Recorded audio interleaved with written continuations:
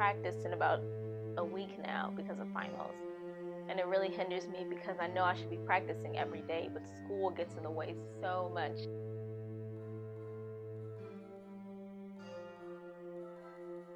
You get so frustrated, so then you take a break from it and you're like, yo, I'm done.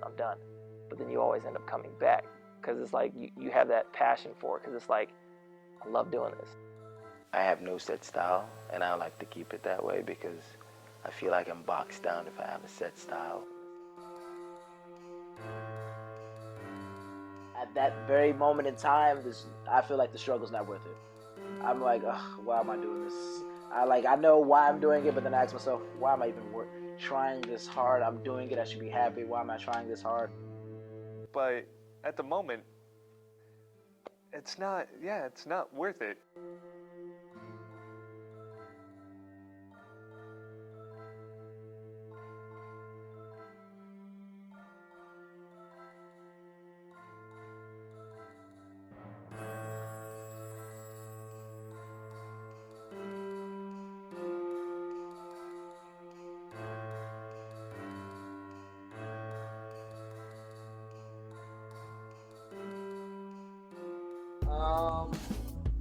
First song, tell us your name.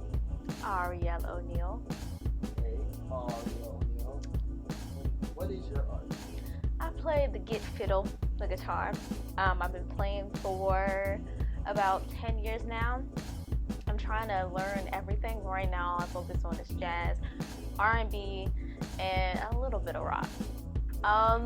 It's just balancing, practicing and getting gigs and then having to do schoolwork like finals. I haven't practiced in about a week now because of finals. And it really hinders me because I know I should be practicing every day, but school gets in the way so much. Well, I didn't face, school-wise, I didn't face too many challenges because it was like it only cut in through practice time, through scheduling. But it wouldn't cut in too much time because in between classes, I'd practice in the hallways. Anytime I had an hour or two, I'd go to the lunch, practice with my boys. So there was always time for practice. Once I was out of school, I'd practice before homework. So I made time. The most difficult challenges was probably the practices itself and then the lack of sleep. So I'd catch myself sleeping in class every now and then. Well, I've been playing ever since I was younger. And we used to be homeless. So that was all I had to really get me by. So as far as, keeping my sanity and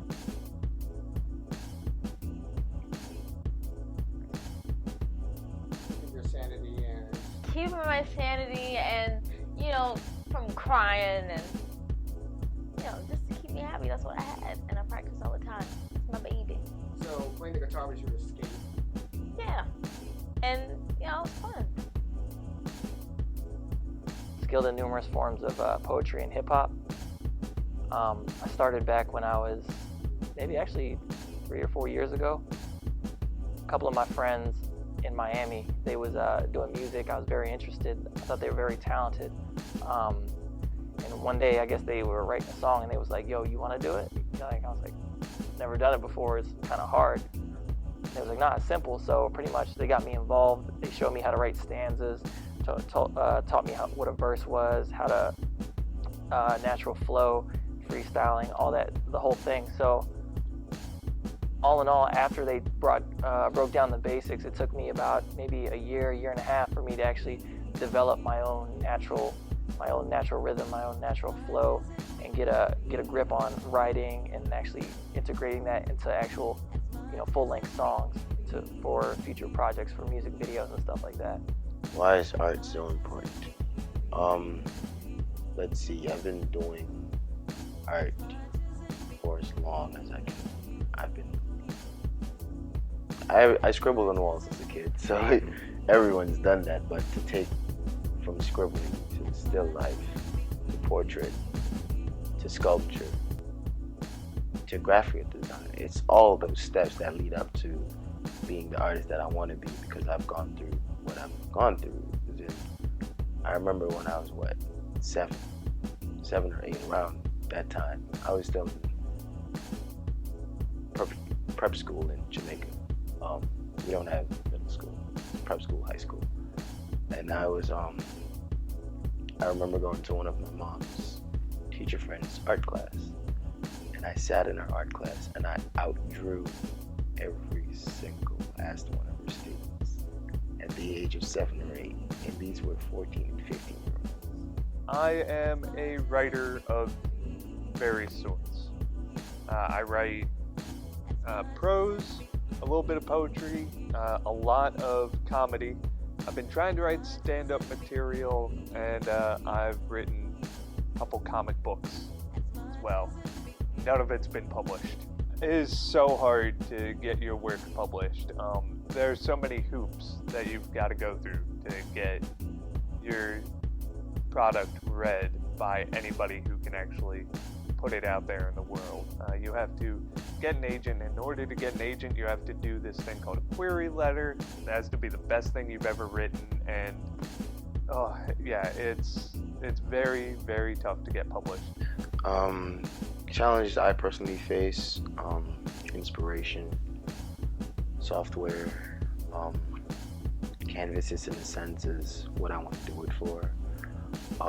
And then the market in itself, as being a graphic designer, is hard to get into.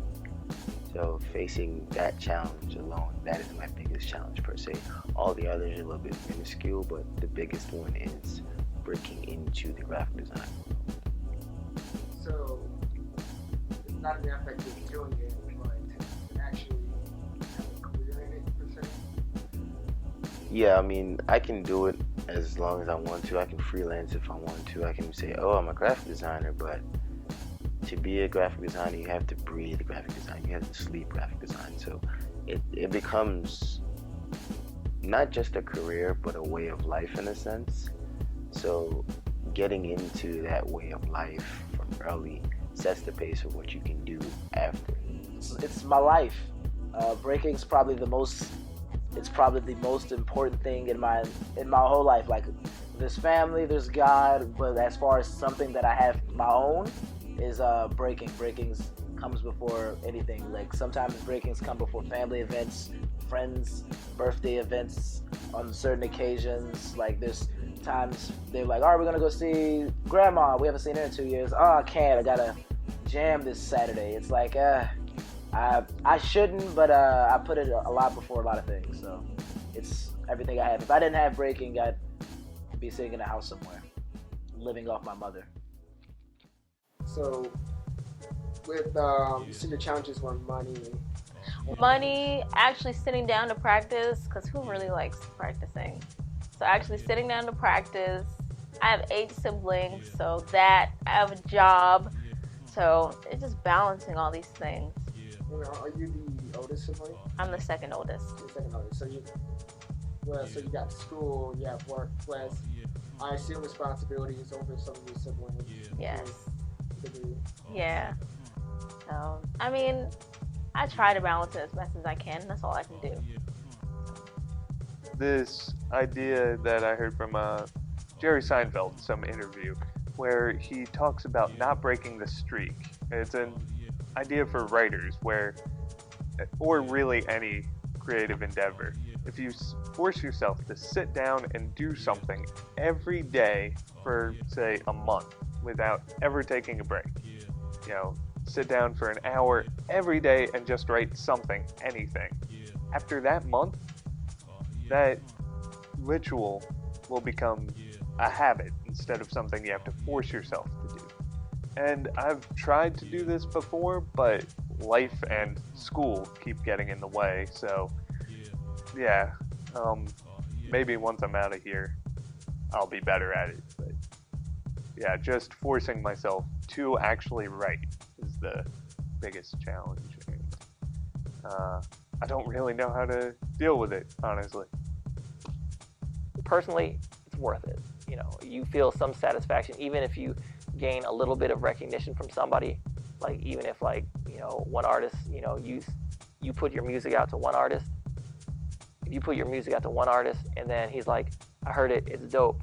To me, I'm like, that's like the biggest thing ever. Like, I don't care if people retweet it or share it. The biggest thing is like somebody's feedback. If you liked it, you like the music, I'm happy with that. So like in the end, like one person's compliment will take away like months of stress and like all the bad things that probably ever come with it. I would like to own my own record company, but if I can't do that, I would like to be a musician for other people, or like, you know, do musicals or something. Anything that deals with. I can't work a regular desk job. That's just not for me. See myself practicing my art until I'm 75, 80. If I live that long at least. But as the years to come, I do see myself making a profession out of this. Eventually giving back to community here and Jamaica if possible. But yeah, I see myself definitely. That would put me at 32. Yeah. Today's my birthday, so yeah, that would put me at 32 10 years from now. I definitely see myself probably at the goal plan I set for myself, having my own business or in a legit design firm or one of my own at the age of 32, 33. Is it 10 years from now? I do plan. I always will keep practicing, probably until like I'm dead. But hopefully 10 years from now, if I'm fortunate enough and if I've learned enough from the culture, I want to hopefully be able to teach this dance to people. That way this dance and the culture itself can stay alive and keep going on for generations and generations and the other kids of the generation. Oh, definitely. Right now I'm actually. Remember how I mentioned earlier the query letters sent out to agents to get published? I've been doing that very heavily in the past 6 months or so because I'm trying to get paid for writing. And yeah, just because I haven't heard anything back yet doesn't mean I'm going to stop. I'm gonna keep going until something happens.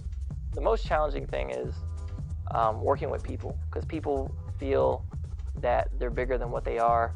Of course, everybody has to build a hype and a buzz about themselves and feel like they're untouchable to the public, when in reality, it's not like that. And as an artist, I know that, you know that, a couple other people know that, but you know, they get so caught up in their own hype that it's like they feel like they're on this hiatus of, you know, something that they're really not.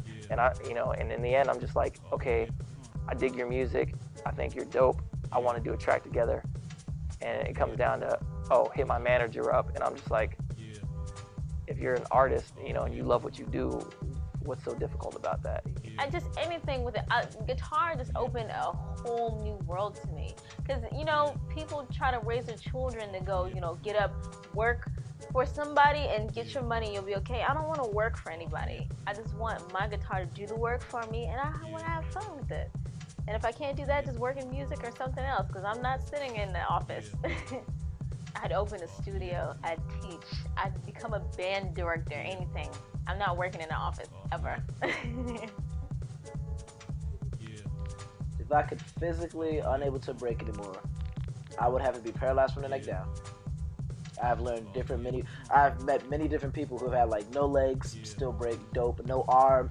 Like if I didn't have any arms, it'd be life very difficult. But I do know people who break really well without even using the arm. So if I was freak accident, paralyzed from the neck down, I would probably just like at this point off me. Because it's like, well, if I can't break, what else is there?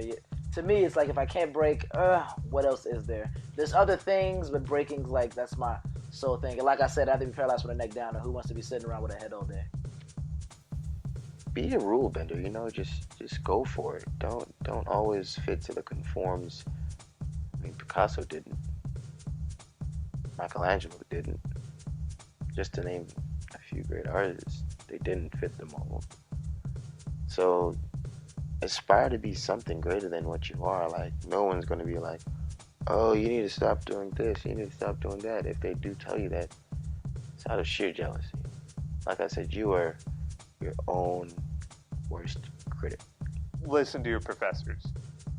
Actually listen to them, because yeah, I tried going out on my own and doing things while still in school, and it was a miserable, horrible failure, because my friends and I thought that we knew better than the people who were trying to teach us. We didn't. We didn't. So that's first bit of advice. Second bit of advice would definitely be to figure out whether or not you really want to do it. Because some people get involved in creative pursuits sort of as a dodge, like they're trying to not become an accountant. You know, they don't want to do something boring, so they're in the creative arts, and they don't really care about what they're doing. They don't have talent or passion. They're just doing it to say that they're an artist.